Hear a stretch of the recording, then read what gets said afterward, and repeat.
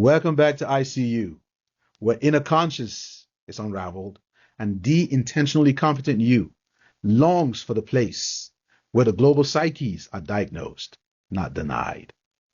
Where our memory is medicine and where forgetting is no longer an option. Here in ICU, we don't rant, we reframe. We engage in critical thought. Does that frighten you?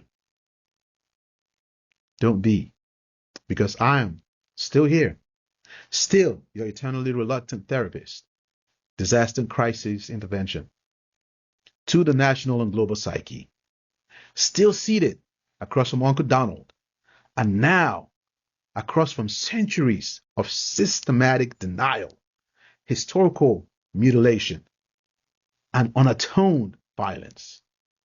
I sit across from every myth that dares to decorate genocide with flags.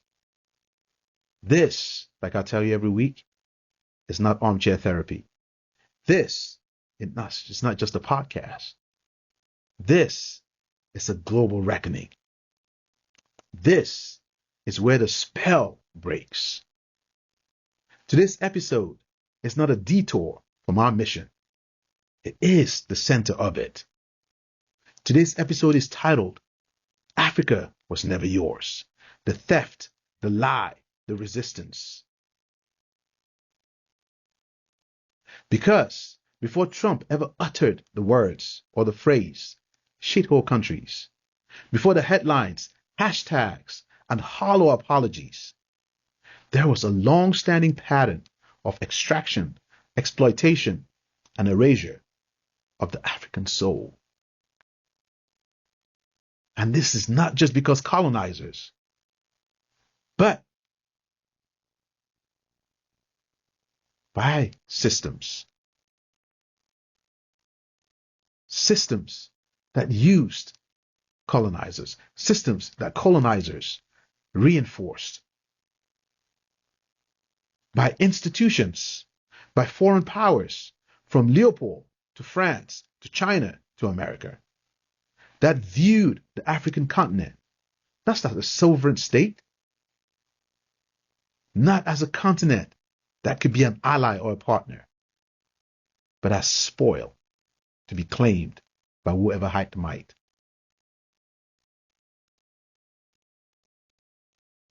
Let's get clear.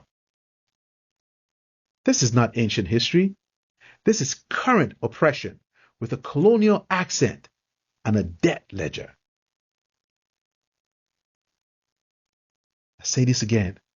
Africa was never theirs, but they claimed it anyway. And they're still claiming it till date. And any African head that tries to stand up and resist gets cut off. It's going to take a collective effort to reclaim the motherland. Let's begin with King Leopold II, the Belgian monarch who never once set foot in the Congo, but ruled it like a personal plantation. Under his reign, an estimated 10 to 15 million Congolese people died. Listen to that number. Let that number sit on your nervous system for a second. 10 to 15 million Congolese, African people died, were mutilated, were enslaved, worked to death in the name of rubber profits.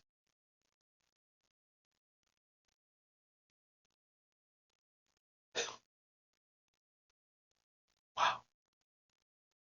He didn't govern the Congo. He owned it like personal property. Like a chattel. Like a farm of human capital, whose only value was what could be ripped from the land or the body.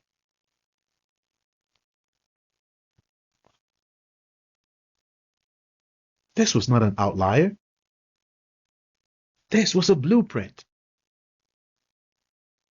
The British, the French, the Portuguese, the Germans all mapped Africa, not as a continent, but as a competition. And from the Berlin Conference of 1884 to 1885, the European powers sat around a table, not to partner with Africa, but to divide it like inheritance. Wow. Don't even get me started. When you talk about slavery, the enslavement of Africans, that is something that I have to channel for a separate episode. Because if you look at all African Americans in the US, all those who have lost their identity as a result of the slave trade, you can't compare it to anything else. But before I divert to that part, let me get back on track with this. Africa was never theirs, but they claimed it anyway.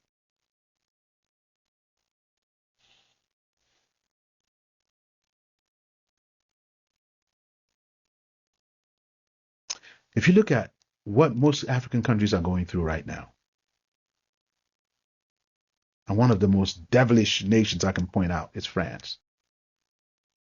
France, the colonizer that never left.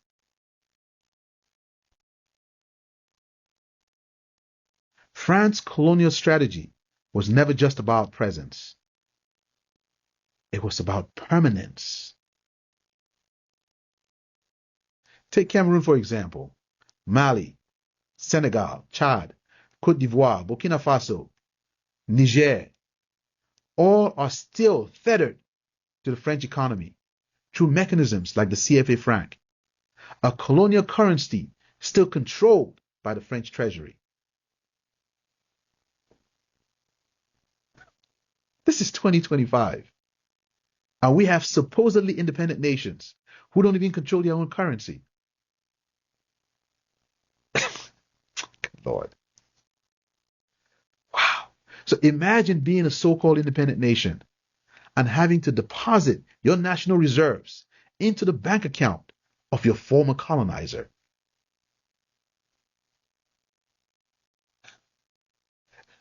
Wow. This is not sovereignty. That is a hostage situation in economic terms. And the history is clear.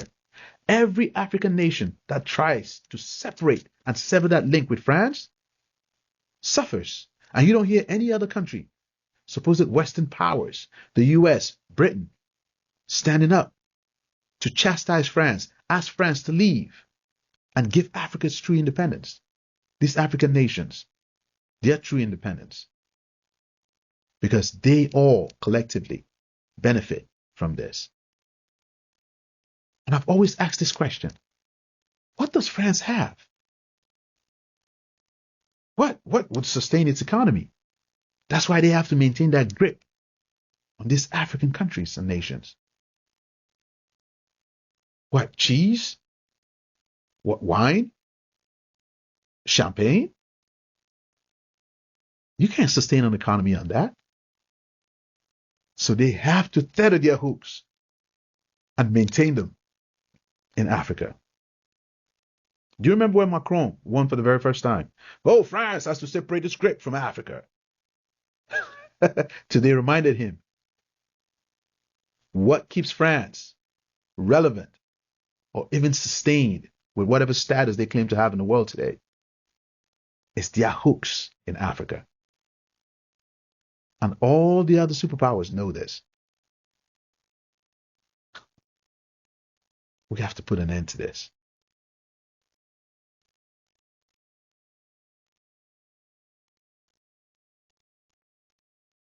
So imagine being a so-called independent nation. I'm repeating this again, so it sinks and just sits on your nervous system. And having to deposit your national reserves into the bank account of your former colonizer. And you tell me colonization is over? And you tell me you're independent?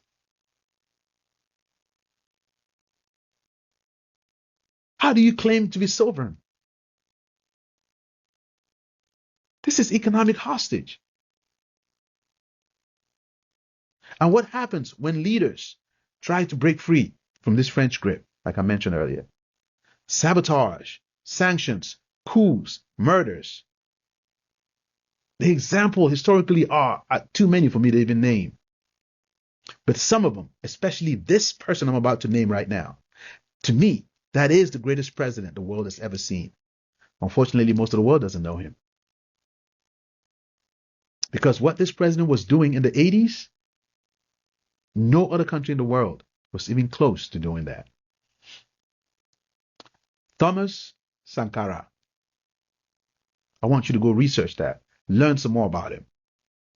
There's a new person now in Burkina Faso. Ibrahim Traore. He embodies the spirit of Sankara. Thomas Sankara, who was the president of Burkina Faso, who changed the name from the Upper Volta to Burkina Faso, the land of the upright person, or the upright man, was assassinated in 1987 after just 4 years in power. But the impact of what he had done in 4 years threatened France so badly, so direly, they had to leverage all tools available to get rid of him because he was going to change Africa forever.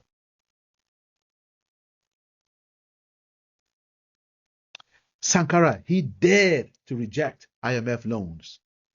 That's how they get their hooks in you and never let them go. He cut off ties with France and built a self-sustaining African economy in Burkina Faso. He changed his country's name, like I mentioned, from the Upper Volta to Burkina Faso as the land of upright people. And for that, he was silenced. Not by his people, but by those who couldn't stomach African dignity. Sankara had women in senior cabinet positions in his administration. Simple, and down-to-earth president who cared about the people, who didn't splurge in opulence, dressed in fabrics that were cultivated in Burkina Faso, drove one of the cheapest vehicles you could afford to buy back then, and held all people in political positions accountable. You have to advance your people first before yourself. What Africa would have been like if only Sankara had survived. And who did they use? Somebody he considered his brother, Blaise Compaoré, who grew up in the same household as Sankara, who Sankara's parents had claimed as their own child and raised up. Power is the ultimate corrupter. Such a shame. Such a shame. And what is that global lie? The global lie, that myth that they push around, that so many people have bought into, and that dictates everywhere you go around the world today. Africa is inferior. It blows my mind. From when I was in high school, a young kid, I always questioned this. How come the richest continent on earth in terms of natural resources is the poorest in terms of infrastructural development? We have studies coming out where Germany is exploiting or exporting more cocoa than the countries that actually produce cocoa. What? Are we talking about chocolates? Belgian chocolates. What cocoa plant does Belgium have? But you don't hear anything mentioned about any African country like Cameroon, who is one of the largest explorers or exporters of cocoa. Have you ever heard of Cameroon chocolate? But it is one of the best chocolates in the world. How did we get here?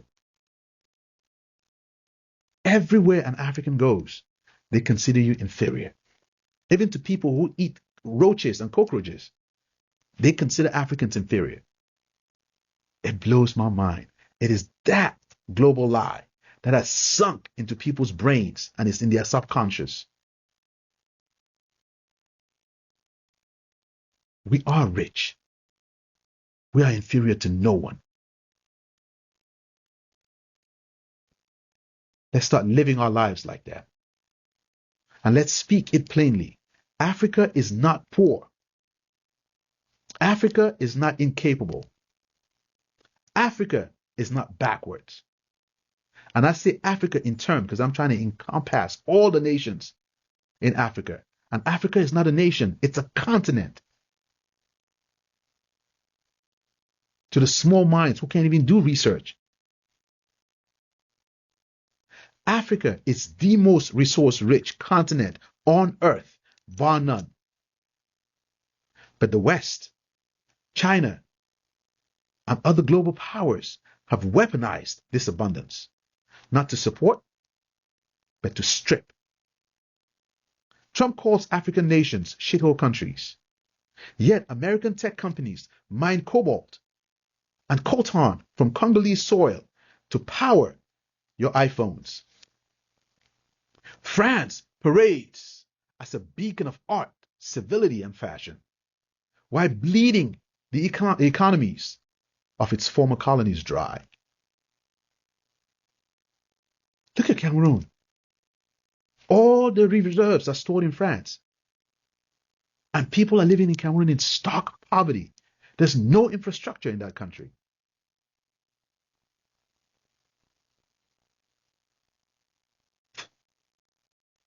France creates an oil refinery in Cameroon that cannot even process the crude oil that comes from the soil of Cameroon. So you have to extract the oil, ship it to France, and import lighter crude to process. So all the byproducts that come from processing crude are benefiting who? France. Good Lord. God help us all. God help us all. Even China, the China that Cameroon used to give aid to, once a beneficiary, this China, of African aid in the 70s and 80s, now returns not with gratitude, but with death traps, land grabs, and mineral extraction, cloaked as infrastructure deals. France comes to Cameroon and they say, oh, we'll tar this how many kilometers of your road. They import their own workers, so it doesn't benefit the workforce in Cameroon.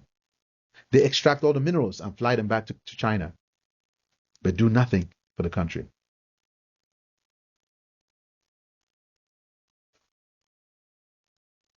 And the countries are hooked with these debt traps where they give you loans that you may never be able to pay back. And they reinforce the corrupt nations and the corrupt leaders that are in power.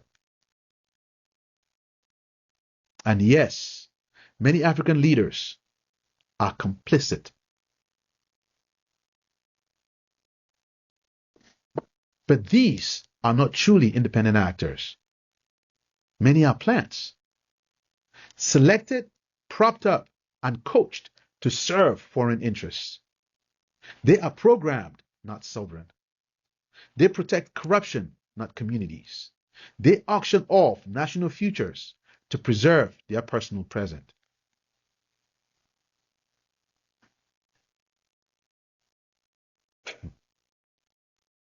So now let's examine colonization 2.0. Economic chains, psychological scars. Know that this isn't about nostalgia for the past. This is about diagnosing the present. Colonialism never ended. I'll say this again. Colonialism has never ended. It just changed uniforms. From soldiers to CEOs. From flags to banks. From whips to wire transfers. And the deepest injury, it wasn't just economic. It was psychological. You fly into African countries and they treat Africans worse than Europeans. They hold you at airports, trying to search your bags, trying to get everything out of you. The same bags that Europeans will pass through with nobody having the audacity to stand up. Where does that come from? Psychological programming.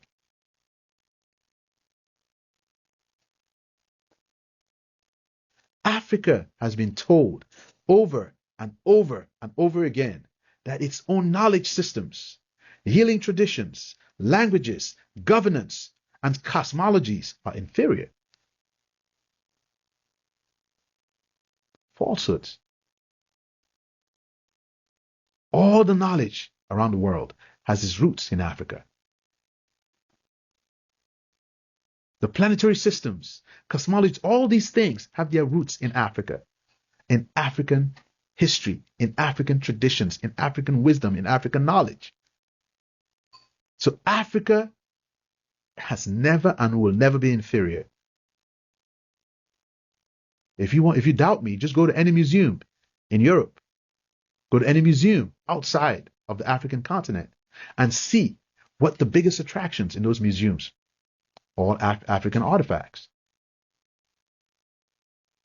The knowledge systems in Europe stem from Africa.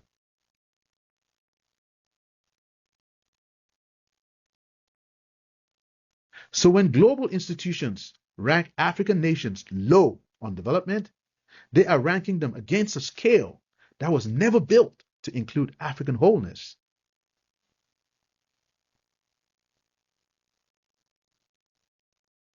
I can talk about this till my eyes shed tears of blood. There's a whole lot more we need to unpack. But for this week, I'll just get back and try to center. Because the core for ICU is we don't rant, we refrain.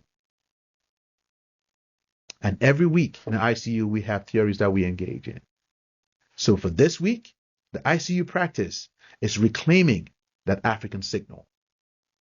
This week's global soul assignment is one, trace the lineage of the lie. Ask yourself this. What lies about African inferiority have I unconsciously absorbed? Even as a black person, even as a non-African. They pass us against our own people. Africans fighting Africans. Africans spread throughout the world through slavery, now fighting Africans who managed to survive back in the motherland. Because they know one thing, the day Africans stand up as one voice, that's the day the world changes. Because in everything Africans engage in, we are number one. That's why they had to rig the systems. They refused us from participating in sports. They finally opened the door for sports. Who are the best athletes in the world? Africans. They refused us from taking part in educational systems. Once those ties start getting released, who are the best in the world? Africans. That's why they have to figure out a way to keep us subservient. But we are now enlightened. We know better. It's time for us to reclaim our heritage.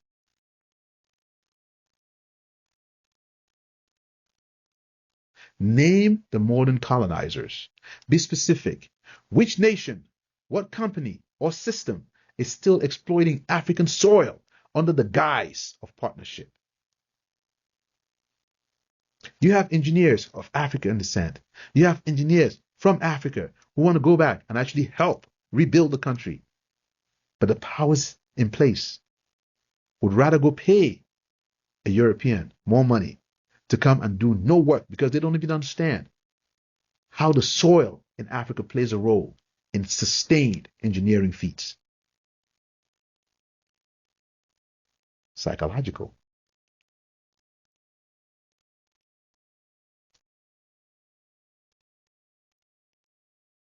Expose the plants. Which leaders are puppets? What evidence shows they are serving foreign interests over national healing? You have a president who claims to be the president of a country in Africa, who spends less than half the year in his country. Is that president? Is that truly a leader of a country? Who doesn't even know segments or significant parts of the country? How is that president of that country? Disasters happen, you don't see the president's face. How is that president of a nation? That is a puppet.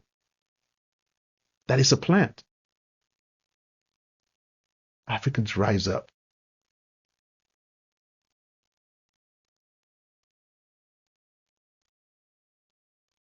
Reconnect to African truth. Read, listen to, and uplift. African theologians, indigenous spiritual frameworks, Afrocentric economic thinkers, decolonized educational materials.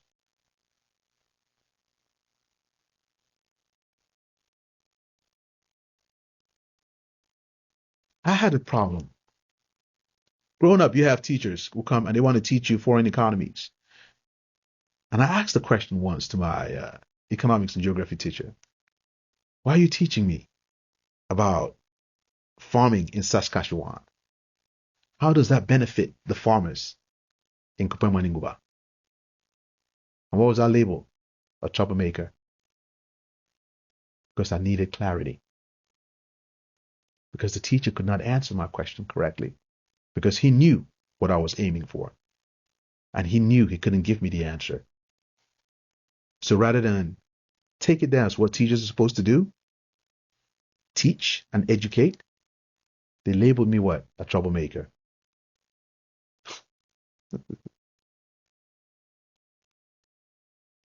We have a lot of work to do.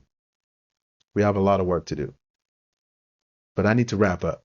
So thank you so much for joining me this week in ICU. And let me be clear. Africa is not a continent in need of saving. Africa is a continent in need of space to breathe, freedom to rise, and the removal of the boots still pressing on its neck. Every time you use your phone, fill your tank, or wear a diamond, ask yourself, who paid for this and who was paid? Africa was given too much for too little, for too long. By whom? No one. God blessed Africa.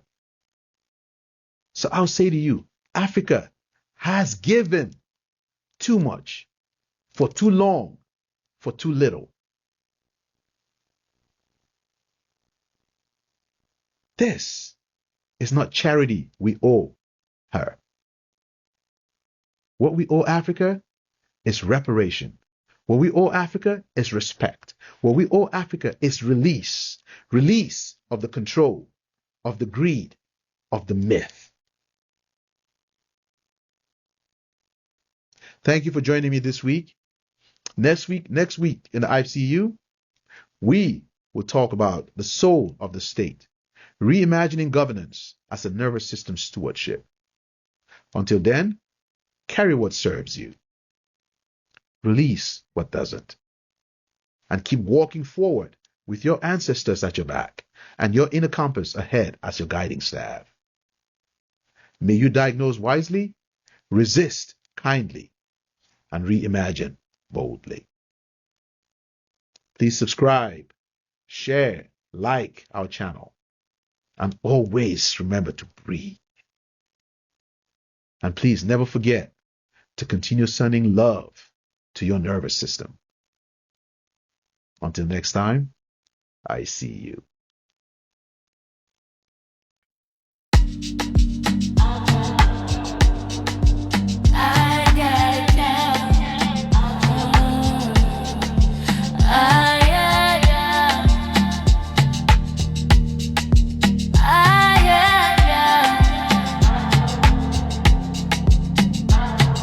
ICU, intentionally competent you put us, providing intensive care for global mind, tackling war, propaganda, power to put global conflicts under the microscope, exposing the system's lies and hidden hands that keep the war machine alive. From Gaza to Tehran, London, Moscow, Paris, Washington to Tel Aviv, Brazzaville to Kyiv, we dig into the facts the headlines skip, the history they distort, and the human cost they bury. The establishment of puppet heads of state in Africa to facilitate the pillaging of resources and codify corruption, forcing significant brain drain. Then targeting victims of these systems and blocking them from gaining access to the developed nations that their land resources provide. Damn. No political PR, no sanitized sound bites, just raw verifiable truth served with moral clarity and zero fear. In the ICU, we don't just treat the symptoms, we diagnose the disease. Here we never rant, we reframe always while sending love to our nervous systems. Remember to always carry what serves you, release what doesn't, and keep walking with your ancestors at your back and your inner compass ahead as your guiding staff. With I feel you, may you diagnose wisely, resist kindly, and reimagine boldly.